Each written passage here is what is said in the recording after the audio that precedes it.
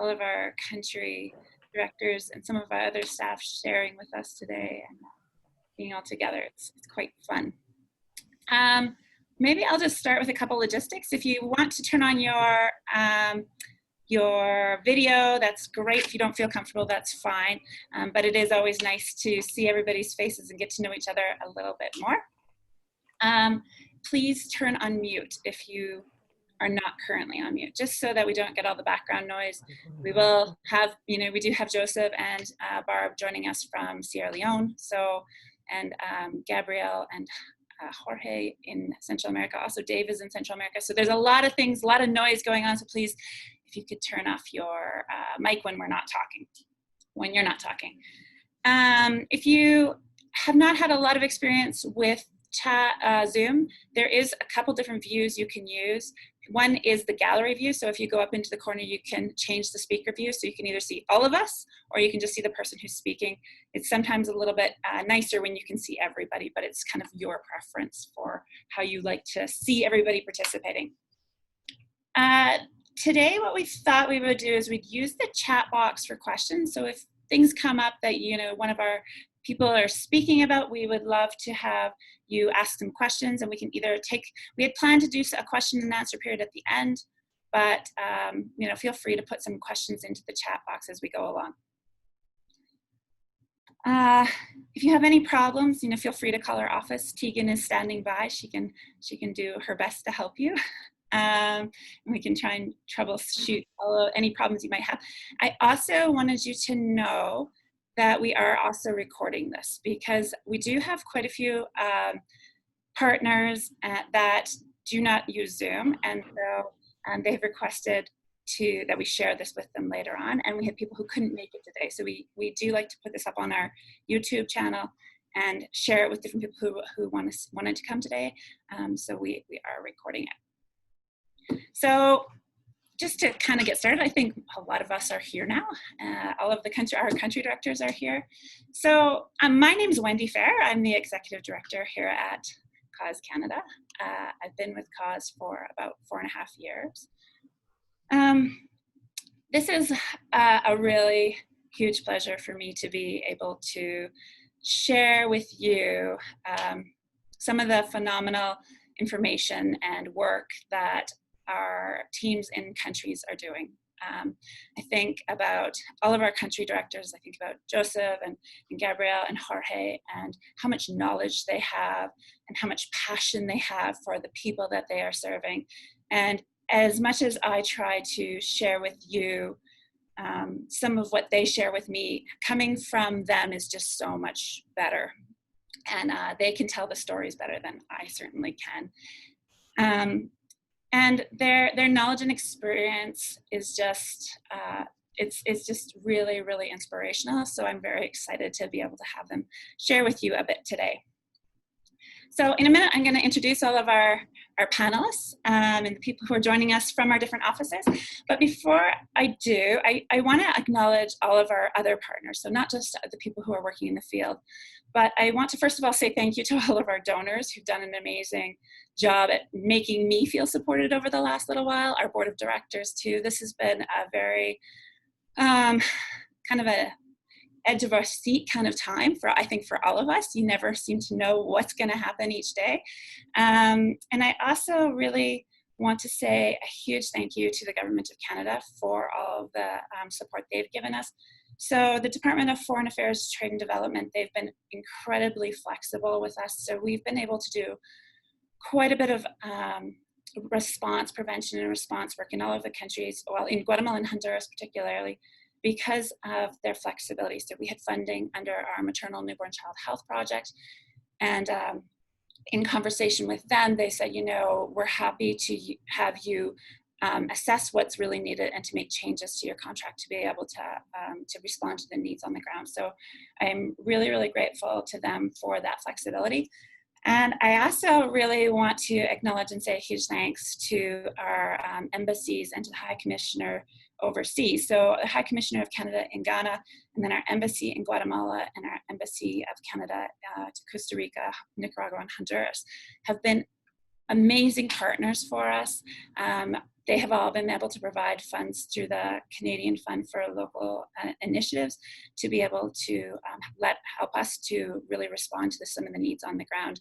And that is, I've only been with CAUSE for 4 years. I don't think we've had funding from them for quite some time. But they really know what's going on the ground, and they are able to respond and be very flexible and very quick with what's going on. And so it's been an amazing opportunity for us to be able to work with them in each country and have them as a partner for us. So I want to acknowledge that. We actually have some people from the Embassy to Canada in Costa Rica, Nicaragua, and Honduras today with us.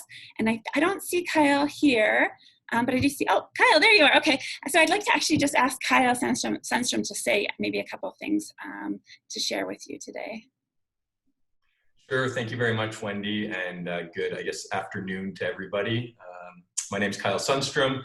As you mentioned, I work in the Canadian Embassy in Costa Rica, but we're also responsible for Honduras and Nicaragua. We manage the Canada Fund with our excellent local Canada Fund coordinator, Michael Martin, who's also participating on the call with us today. And he's the primary point of contact for Dave and some of the team in Honduras. Special thank you to Wendy Fair, to Dave Fafal, and all the CAUSE Canada team for organizing this activity so that we can see how the COVID-19 pandemic is affecting different population sectors in Honduras and beyond. It's exciting to hear about what CAUSE Canada is doing, not only in Honduras, but around the world. I see there's participants from other continents, so that's really interesting and exciting for me. We're happy to be a part of it through supporting a well-known and trusted Canadian partner. And I should also mention that I was born and raised in Calgary, so I, have a special fondness for the organization and the work, and it's nice to see some people in my home participating in this. So as we all know, the COVID pandemic has demonstrated the need to protect the most vulnerable persons. Rural communities face a serious threat due to lack of trusted materials and information and health services.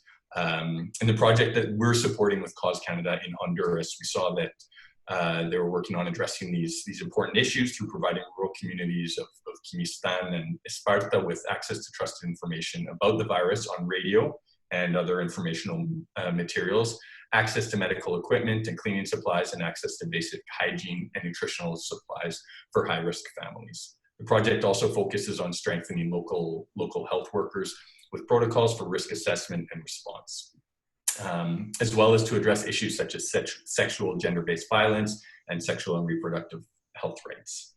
These communities will be better prepared to face the ongoing threat of COVID-19 and other social issues that negatively affect their rights and well-being. So the pandemic has shown the increased need for cooperation, and Canada, the government of Canada, is happy to help and answer the call. Through our Canada Fund programs here, we've invested more than 500,000 Canadian dollars in COVID-related projects in Costa Rica, Nicaragua, and Honduras. And there's much more funding funding and support throughout the region and throughout the world through different Government of Canada initiatives. We feel proud to support those in need and firmly believe that we are stronger when we do this all together. So thank you very much for allowing us to participate in this activity and learn about all the very important work, and thank you all for all the great work you're doing. Thanks a lot, Kyle. Yeah, we are thrilled to have these partnerships. It's been a huge help for us as we have been assessing the needs, and the opportunity to respond has been just really, really helpful. So I'm going to do some short introductions to some of our country directors, and then I'm going to let them talk.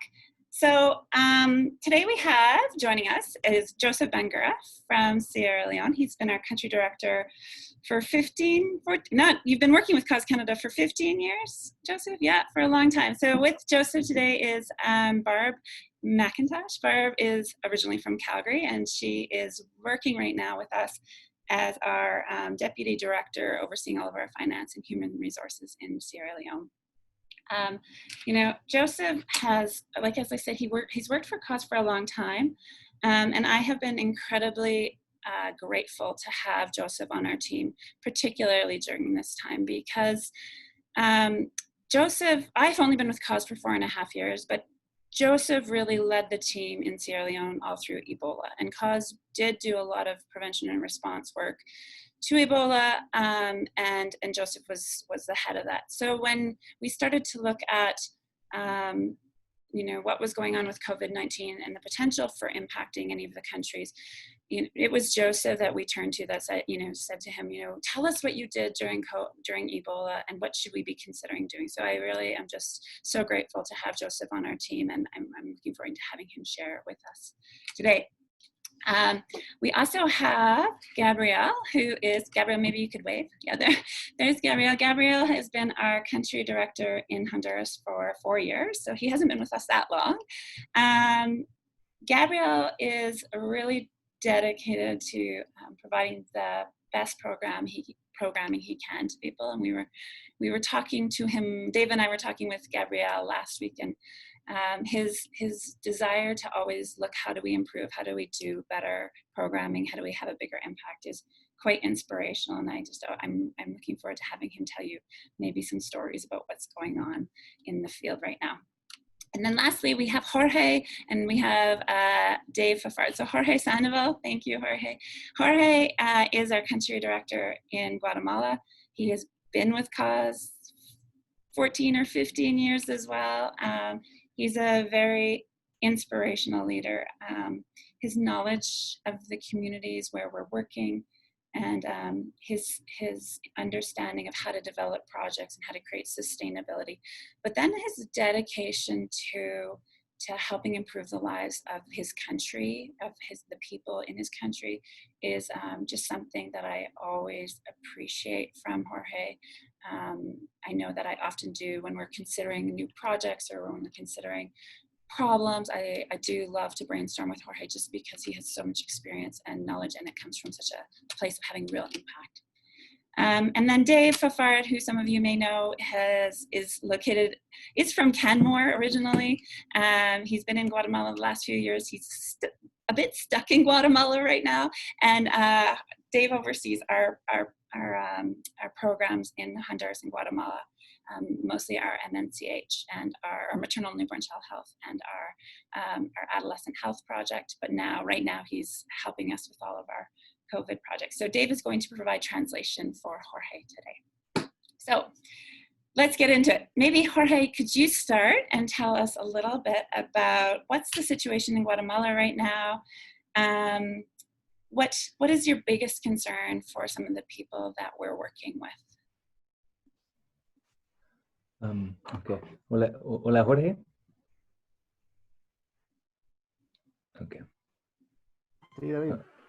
Ok, muy bien. No sé si escuchó un poco de Doña Wendy. Vamos a iniciar contigo y platicar un poquito juntos. Entonces, Doña Wendy tiene una pregunta. Ella quiere saber un poquito sobre cómo está la situación ahora en donde estamos trabajando, en Comitencio y Todos Santos, y también cómo está afectando, cómo la situación está afectando a la gente en los pueblos que servimos. Ok, ¿está bien? Bueno, entonces, en primer lugar, muy buenas tardes a todos. Gracias por darme la oportunidad de estar con ustedes. Very nice to meet you, and thank you for giving me this opportunity to talk with you. Bueno, para darle respuesta a doña Wendy, la verdad es de que la situación en Guatemala por lo de la pandemia del COVID-19, en las regiones que nosotros trabajamos, en las regiones de Comitancillo y en las regiones de Todos Santos, que son regiones más al oriente del país, en Guatemala, frontera con México, tenemos algunas reacciones un poco positivas, algunas reacciones un poco negativas de parte de la gente. La verdad, nosotros en las comunidades con las que trabajamos, en las comunidades son muy rurales. Ellas son de la familia de la etnia maya. Ellas hablan mam, por lo regular. Creo que vas a traducir. Sí, voy a traducir esa parte porque so I'll translate this piece. I'm going to paraphrase a little bit because it's a lot of words, but he's saying that the pandemic so far has affected, obviously negatively, but he says the way the pandemic has affected different people, has affected everyone differently, but also that that different people are receptive to the project positively or negatively. And he just mentioned where we're working in Comitencia in Todos Santos, which is, I don't know if you can hear that. It's a lot of noise happening here. Hopefully it's not bothering. But Jorge also mentioned that that we're working in the western highland regions of Guatemala, so where they speak Mayan Mam. So they're Mayan indigenous people, and yeah, and I think that's more or less where we were. Gracias, Jorge. Sí, adelante. Ok, bueno, entonces, bueno, a inicios de la pandemia, desde el mes de marzo hasta la fecha, bueno, han habido algunos cambios a nivel de todo el país por toda la situación que ha pasado por el COVID-19, ¿verdad? A inicios del mes de marzo, en marzo, abril y mayo, la gente entró en mucho pánico porque nunca había escuchado de algo así que estaba pasando con cierre de fronteras, el cierre de las escuelas definitivamente, el cierre de comercios, muchas cosas se cambiaron para la gente aquí en las comunidades rurales y fue una cosa muy diferente para ellos, incluso para mí también, ¿verdad? Creo que fue para todos. Entonces, Jorge, tal vez voy a traducir esa parte. Okay. Gracias. Okay. So yeah, Jorge continued on to say, from March, April, May, at the beginning of the pandemic, there's just a lot of fear. A lot of people, this was a big change for everyone. And so schools shutting down, stores, markets. And so it's been very challenging for many communities. A big adjustment. He said, even for myself, this has been a big change to adapt to. Yeah, adelante. Entonces nosotros empezamos a trabajar en el proyecto Prevención COVID-19 en el mes de abril. Entonces empezamos a trabajar en las dos regiones, en Comitencia y Todos Santos, buscando bueno, nuestro personal local que hablara MAM para poder compartir la información del COVID-19 a la mayoría de las comunidades en estos dos municipios. Bueno, estos dos municipios tienen una población como entre 60,000 habitantes en Comitancillo, 40,000 habitantes entre 35,000 habitantes en Todos Santos, y empezamos a trabajar en el mes de abril. Entonces, con la información que nosotros estuvimos transmitiendo coordinadamente con el Ministerio de Salud, fuimos dando más información a la gente rural, ¿verdad? Sobre qué era el COVID-19, que teníamos que usar nuestra mascarilla también, usando algunas medidas de prevención también. Entonces, fue así como empezamos a trabajar el proyecto. Gracias. Okay, Jorge continues to say that, so we started, to respond to this, these challenges, we started working on a project called the COVID-19 Prevention Project, where we're providing preventative education and supplies and much needed supplies to the Ministry of Health and community leaders in several communities in Comitencia and Todos Santos. And then he mentioned that we're working in there's about over 60,000 people in Comitencia and about 35,000 people in Todos Santos. Yeah, we've been working on this project has been implemented since starting about April, we're still in planning, and May to up to now, we're still working. We're going to be finishing this project now at the end of September, and then he mentioned that essentially that was with the last piece that he was telling us, but. Sí, y Jorge, ¿qué más? Entonces, en la actualidad, ahorita en los últimos 3 meses, desde el mes de julio hasta el mes de septiembre, ya muchas actividades se han iniciado, porque los dos municipios que estamos trabajando en Comitancillo, en Todos Santos, están muy lejos de las zonas urbanas, que en este caso son donde se concentra más población y donde han habido más casos de COVID-19.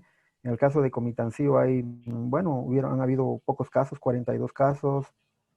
En Todos Santos un promedio de 18 casos. Han fallecido también. En el caso de Comitancillo han fallecido 8. En Todos Santos 4. Entonces, la gente en estos últimos 3 meses han empezado a realizar ya sus actividades un poco más, más libres a nivel de los dos municipios. Pero nos da un poco de pánico, por decirte así, porque en algunas comunidades, muchos líderes comunitarios y la población también, piensan que el COVID-19, bueno, bueno, es una enfermedad, que es algo que está pasando, pero no es mortal, que no les va a pasar nada, porque al final de cuentas ellos nunca han tenido la experiencia. Entonces ellos dicen, bueno, no voy a usar mi mascarilla. En este caso, hay algunos casos. Entonces, nosotros entramos nuevamente con la concientización, a platicarles sobre qué es lo que puede pasar con ellos, porque son un poco grandes de edad. Entonces, vamos con la concientización, ¿verdad? Es uno de los desafíos que estamos ahorita enfrentando, y porque ya a nivel de gobierno han habido algunas disposiciones, entonces la gente ya está saliendo más a sus actividades normales, ¿verdad? Uh-huh. Okay, I'll try to capture everything that Jorge is saying here, but Jorge was saying that throughout this time since we started the project, there's been as we've been developing the different activities in the communities, providing preventive education, and working at the different activities that we're doing. There's been challenges because maybe at the beginning there was more fear of the pandemic, but now many people are not taking it seriously, or they're not receiving the right information, or there's been more and more cases have been coming, and currently, though I mean, these numbers seem quite low in comparison to other countries and other regions, but and I don't think they probably don't really reflect what's actually happening on the ground, but at least it gives a picture. But there's been 42 cases in Comitencillo, 8 deaths, and then 18 cases in Todos Santos and 4 deaths. But again, the capacity of the Ministry of Health to really give accuracy on to the amount of cases and deaths is challenging for them. And then Jorge was saying that now the government has been looking into kind of reopening, borders, and for instance, the airport has opened last Friday, and so there's slowly the country is reopening, but that will bring other challenges as well. ¿Sí, Jorge? Uh-huh. Sí, bueno, yo pienso que eso es lo que podría. Okay, muy bien. Uh-huh. Excelente. Bueno, gracias, Jorge. Okay. Yeah, he says, that's what I wanted to share with you. Thank you very much. Gracias, Jorge. Maybe Gabrielle, you could tell us a little bit about what the situation is like in Honduras, particularly in the communities where we're working. Have you seen a lot of cases of COVID, or what is the major concerns in these areas? No, well, first of all, I have to say good afternoon to everyone. Thanks for having me here. And yeah, it's very interesting because when the pandemic came in Honduras, was a mess in every place, because when we are receiving the information for the government and so many cases, the people start to feel this is something about the government line. But here in Kimisan Plus Esparta, a lot of cases has been revealed every day, because the people are not feeling afraid from this situation. Most of it, the people who live in the mountain, because here in Kimisan, the rural area is in the mountain, so it's very difficult to communicate or having some TV or internet to share. But when this project came in from the COVID prevention, it was a very, very hard challenge to change mind with the people, because they are feeling like, no, the government is like or something else is happening, and they don't believe this pandemic can hurt so many times. And here in Santa Barbara, in the whole department says it's like we have like 800 cases of death from COVID-19. And Kimistan have like a 30% of these 800 deaths reported from Kimistan. So here is because we are the municipality biggest, the biggest municipality of the department of Santa Barbara, and that makes us very challenging to change all the mind of the people in the communities, because they have some feelings, and when we go and start to make the training and share the information, they say, no, you're coming back online. And we try to change that mind and try to prevent. We're giving all the equipment they can use to protection, to share with the community members, the leaders. And also we try to create a team for a quick response in the community, so they can share with us if they saw or identify some cases, and we capacitate and train this leader to identify every type of case that we can go and attend with the Secretaría de Salud, health of Secretaría, and also and all these months we are working. We are just attend like 2,000-3,000 people around the department of Kimistan. We just giving trainings and preparing to make all the information that we want to share with them about the prevention of COVID. Also, we identify some bad nutrition in the community. Also, that's because the pandemic, so many parents cannot go and work or have something to eat in their family.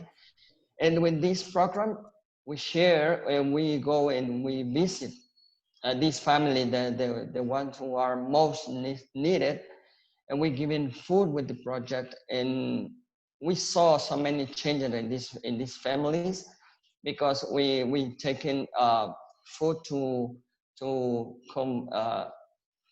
fight bad nutrition with the young kids, and we are already given at this time 1,300 food already in this community, even with Kimistan plus Sparta, and we continuously asking and checking every kid about fighting with this bad nutrition. Also, with our team are looking forward to prevent all the gender violence. We're sharing and we're training these leadership or this woman to take care about this, how to report about gender violence. We working in the line who they can ask for or look for to prevent this gender violence. Also, looking for these single moms and go and share how they can look for a better future for them and their children. And also giving more preparation, more trainings and leadership training to this woman, and how to focus to fight this situation in the pandemic. In Sparta, because we have a lot of borrowers and persons who work with the microfinance program, we also try to share the knowledge and help them to have a good administration on their business, so this woman cannot be so affected, because all the economy was affected, but this woman with the small business can survive to this pandemic, and they can continually increase its incomes, even with all the protection, but the PSP protection to them, to their family, to how they have with the clients and everything. So here in Honduras, we try to make so many these two projects to empower these women and this leadership for us, for they can share and then continually have it so healthy with their visitors or even their life in the community. Thanks, Gabriel.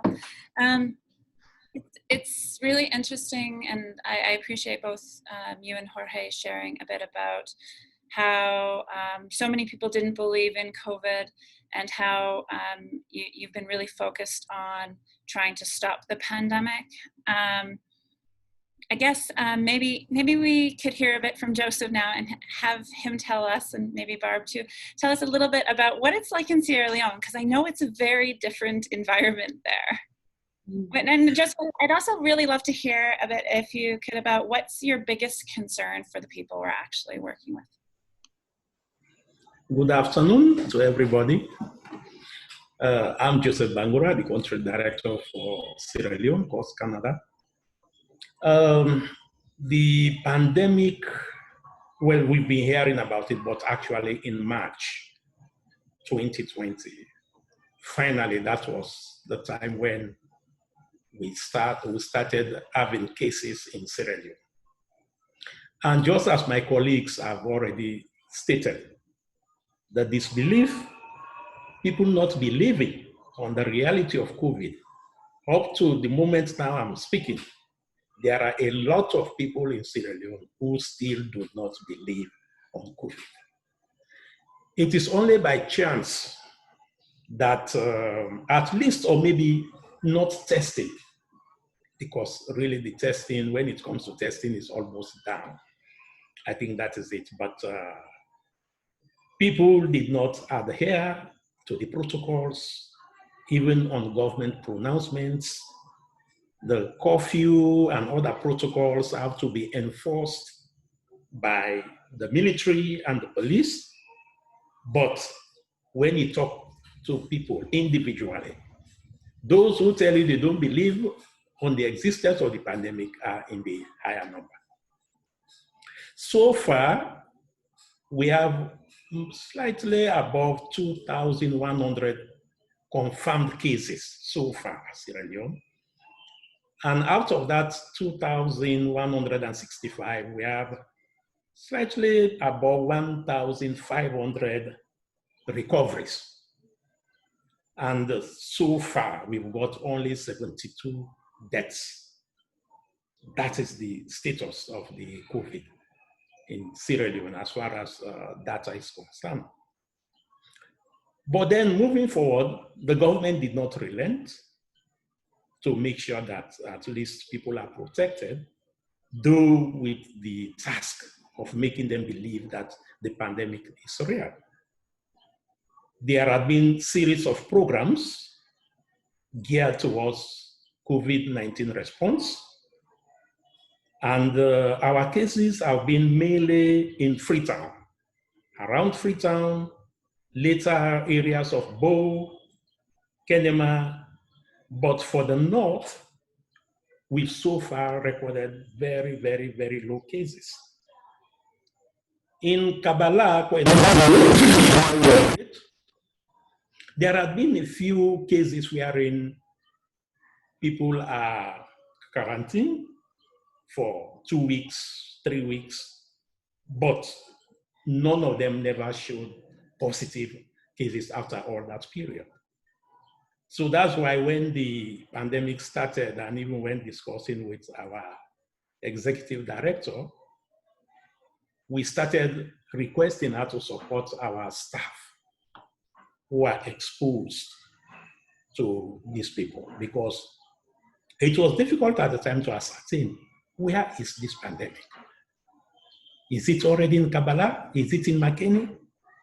So we started straight off supporting our staff, and also in the compound, the houses where they live, we give them wash stations. These are Veronica buckets to support hand washing with detergents, and also some form of community engagement wherein our staff talk to them on the reality of this pandemic and how to respond so that at least the communities will remain safe and also our staff remaining safe.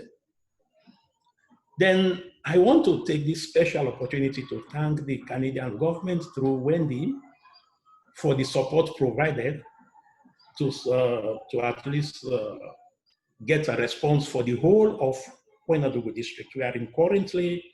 We are supporting 77 communities in 11 chiefdoms with over 25,000 people. We have staff in all those communities presently, and we are engaging them on the COVID and also on the ways and means of preventing themselves during this period. But as I'm telling you, the task is very high, but thank God we are using staff born and bred in the very Kwenadougou district. They speak the local languages. That gives confidence when they engage these people. So that is helping in its own way. But then our own strategy in that project really was what we call the community-led Corona action. From the experience we gathered from Ebola, we know that you can only defeat Ebola or defeat Corona when the people you are supporting participate fully.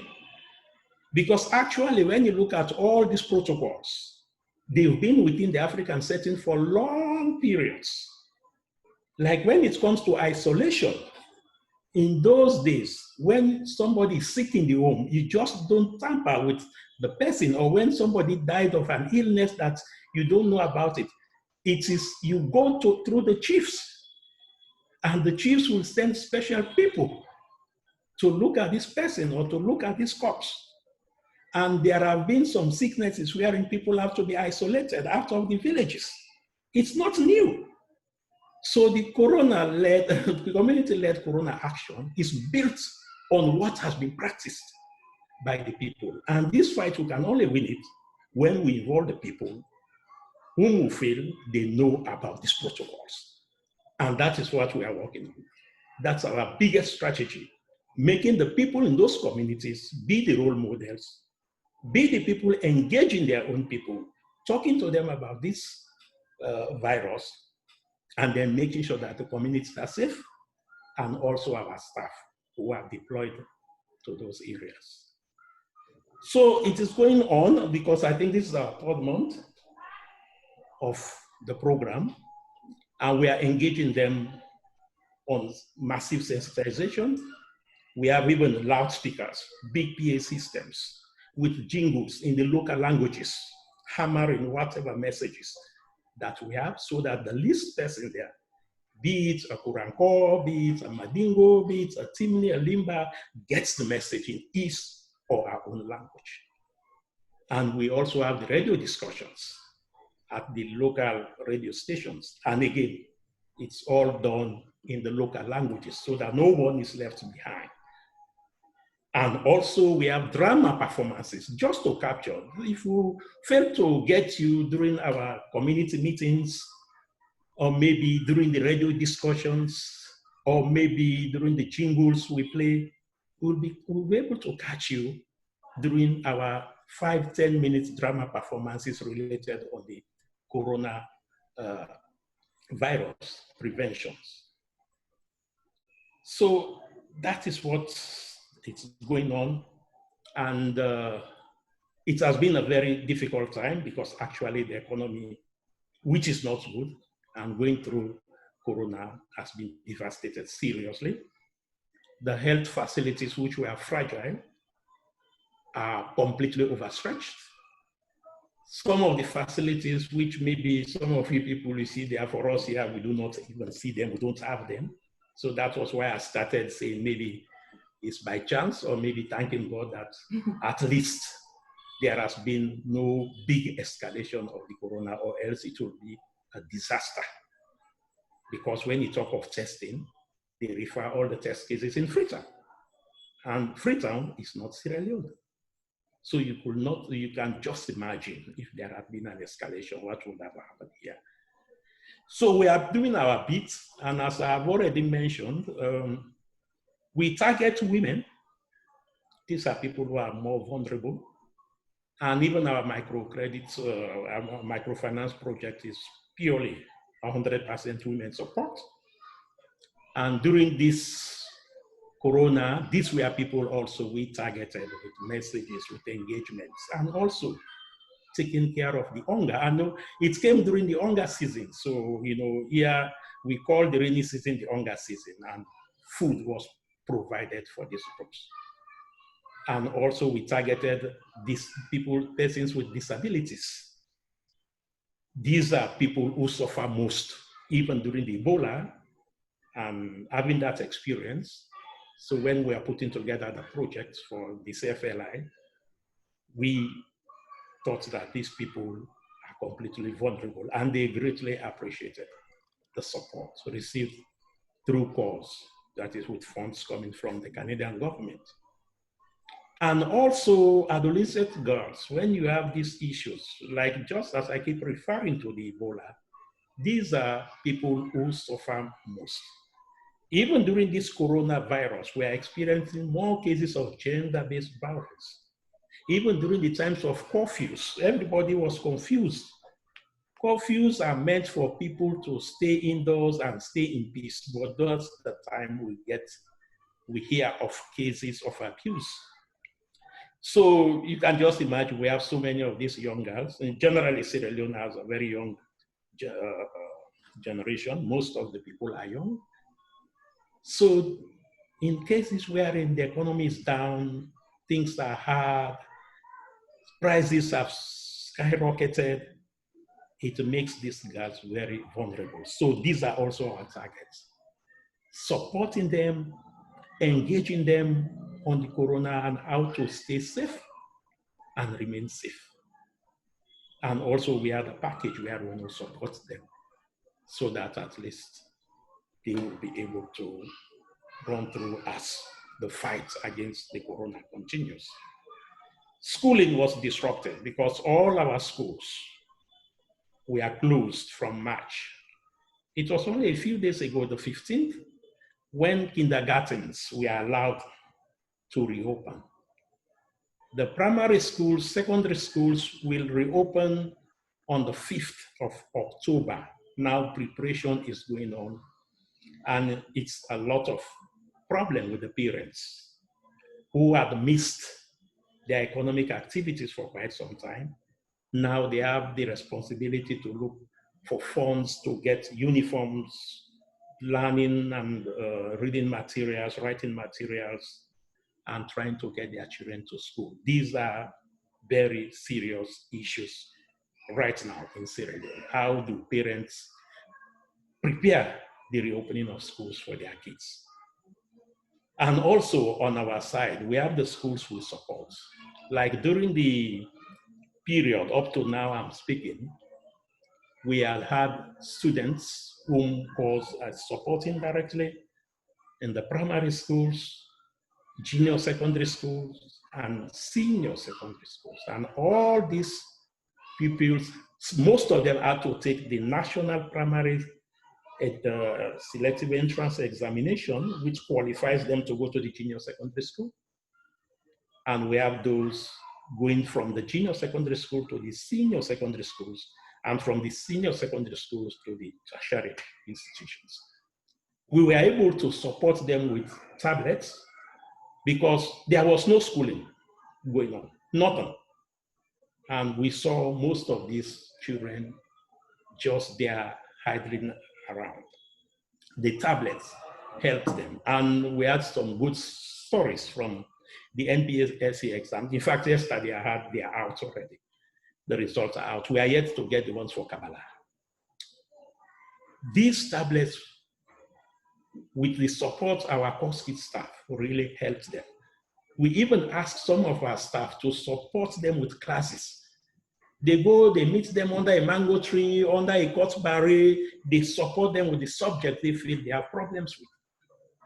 And today, I think all of them have taken their exams, all the levels are called, and we look forward to having very good results. And to us, it was something big for our staff under this risky environment to support their little ones, just for the sake of moving forward. So things are moving. We'll continue with the project. Thank God the project is a 9-month project. We will continue. We have also some other projects relating to gender-based violence, sexual and reproductive health, which we are also working within the same district. But really, cause is cutting, not only in Kwenadugu district. We are also operational in Bont district, way south of Sierra Leone, and Bombali district, as well as Tongolele district. We are there currently with our staff working with persons with disabilities, supporting them with their educational materials. The project is ongoing. We are preparing. We are supporting nearly 600 disabled persons, children under the primary school level.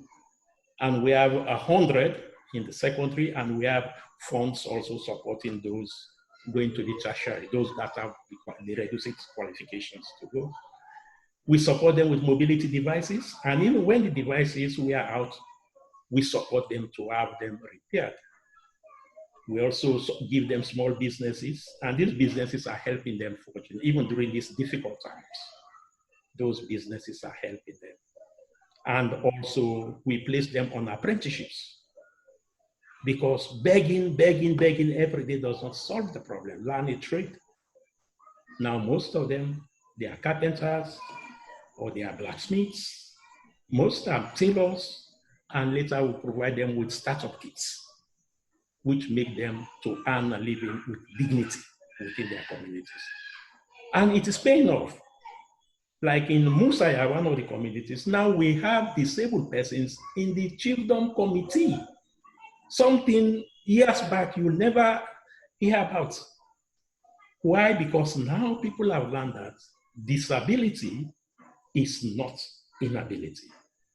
It's a matter of providing the right opportunities at the right time. And so also in Sinkonia, so also in Bindi, things are moving. And the same thing in Bond, in Matrujong, in Tonkolili, Mile 91.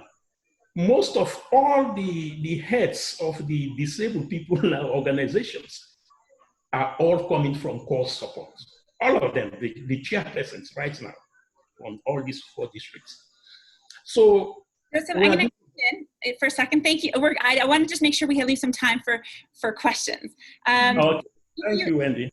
No, I don't want to interrupt you, but maybe if you have some questions, it would be lovely to have you share them in the chat box. I want to also tell you that Joseph is very, very passionate about helping people with disabilities. And if you ever receive an email from Joseph, you will see his footer says about empowering people with disabilities. And he constantly is coming to me and saying, Wendy, I know that we need to do this. I know we need to do this. But what about people with disabilities? And so that is something that I know Joseph is very, very proud of the big programs that we're doing. And probably in Canada, we don't talk enough about these huge programs, because it is a huge, huge need. If you do have questions, if you want Joseph to continue telling all about the disability programs or the other work, or if you have questions for our other country directors, I'd love to have you put them in the chat box. I also really, I just wanted to share with you something that Joseph brought to mind for me, and that is the issue of do no harm. So in development, we often do talk about that principle of making sure that we're doing no harm to the communities we're serving. We work, I think when you are doing normal development, it is easy to think, okay, well, we're trying to better these communities, we're trying to improve their quality of life. We're trying to work alongside of them. But I know that Dave and I know that all of the country directors and our leadership have had a lot of conversation about this issue, because clearly we can't always be confident about how do we, are we carriers? How do we make sure we're not carriers? Some of the communities where we're working are just so remote. they might not have any people coming to their communities besides us. So there has been a lot of conversation and a lot of effort to make sure that we're not doing any harm, and taking very serious steps to do things like make sure our staff have proper PPE, and make sure that our staff have access to proper sanitation, and they're following very strict protocols. And for our team, I know Dave has spent a lot of time. Dave and I have spent a lot of time talking about this issue, but it's something that is something that we've taken very, very seriously, and I think is very important during this time, about really analyzing how can we make sure we're not doing any harm, and how can we make sure that we're really bringing the best to the communities and helping them improve their quality of life. And I think that, Joseph talked a little bit about the community-led COVID action committees, and we have essentially had kind of a variation of those in every community where we're working in Guatemala and Honduras, really empowering key leaders within each community to be responsible for implementing proper sanitation, any kind of protection or recognition of the virus, because we can't be everywhere, and we really do believe in helping the community to help themselves. And Joseph highlighting that empowerment of the communities and clearly that came from something that we did with Ebola, and Joseph's planning of it and helping us to make sure that that's what we're doing everywhere. And I think it was great because our MNCH projects, our maternal health projects in Guatemala and Honduras, we already had health committees that we could build their capacity of. We already had so many key contacts and leaders in all of the communities where we were working. So being able to just add that extra component and help them build the protections for their communities and their populations has been very exciting for us, and I think sometimes a little intimidating, but does anybody have any questions for us, or is there something you'd like to add? No? Maybe Gabrielle, you could give us a little bit of an update about the schooling, because I know a lot of us are very concerned about the kids going back to school. So Joseph talked a little bit about how the kids in Sierra Leone are going to go back to school. They haven't had a huge number of cases. What about in Honduras? What does that look like? Well, in Honduras, the classes they're continuously by virtual in some places, but in the communities, the teachers are traveling one time a month and share the knowledge with the kids. And what the educational secretary says is probably they will finish the school year in that way. Just the teacher traveling one time in a month, giving with three different timing with the kids, like first grade to ninth grade, for one day with one grade, like that. And probably they will start giving presential class in the 2021, because the government is not really comfortable, is reopen the economy, but the school area, the educational area probably will not open to presential. It's just going to be virtual or in distance. That is a huge disadvantage for the kids, because they are not having the right education at this moment, because there's so many families, they don't have the economic opportunity to put internet in their house, so they have to figure out how to get the classes to the kids. So, and it's more challenging for the community, because there's other situation that so many teachers don't live in the community, they live outside. So they cannot come into the community. There are so many communities without a teacher. They only probably look for a leader and give it the educational tool. They have it, they print it, and they give it to a leader who can, this leader take it, but he cannot teach. So it just give it the information, and the parents can have to figure out how to discuss and how to take the children to the level of education. But what the government is preparing is like in the 2021, the first 3 months is like recovering and start to make something to re-education what they missed in this year 2020. So it's gonna be a little back in time for the kids, because they're not going to move forward at the next year. It's like they're going to start like if they're in this year, it's going to be like a retaliation in going back, and the education will be not that good as we want to be, but it's gonna be, so there are so many challenges for the educational area in Honduras. It's gonna be very, very high level to continuously or supporting them to get the children at the level they want to have it. Right. So I know we only have 2 minutes left, and I'm pretty determined that we're not going to go over. So I do know that Dave and Jorge and Gabrielle are all working very closely on this issue, and that we're working very closely with the Minister of Education and with the Minister of Health to see how do we continue to do a lot of the health work that we are doing, that we do have support for. How do we make sure that those kids are still having access to education? That is a huge challenge. We've been doing a lot of radio work, and we will continue to do that. If you want to know more, please send me an email, and I'm happy to share more. Dave is always kind of thinking about how do we have the biggest impact with the funding that we do have, and because we are really focused on our adolescents right now and making sure that girls can stay in school, that they're not getting pregnant and not getting married at really young ages. We need to make sure that they have a school to go to, or we're making sure that they do have access to education. So please feel free to email me if you have more questions in the next couple months. We will be doing a few more Zoom calls, I think, and also our annual report will be coming out. So I'm sure there'll be a lot more information available soon.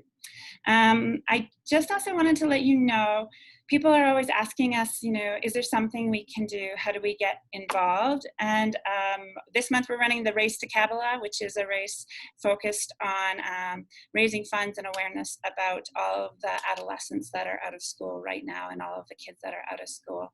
And raising funds so that when the schools do open, we can provide that outreach to them, and we can make sure that they have the capacity to go back to school, that the families are able to support them.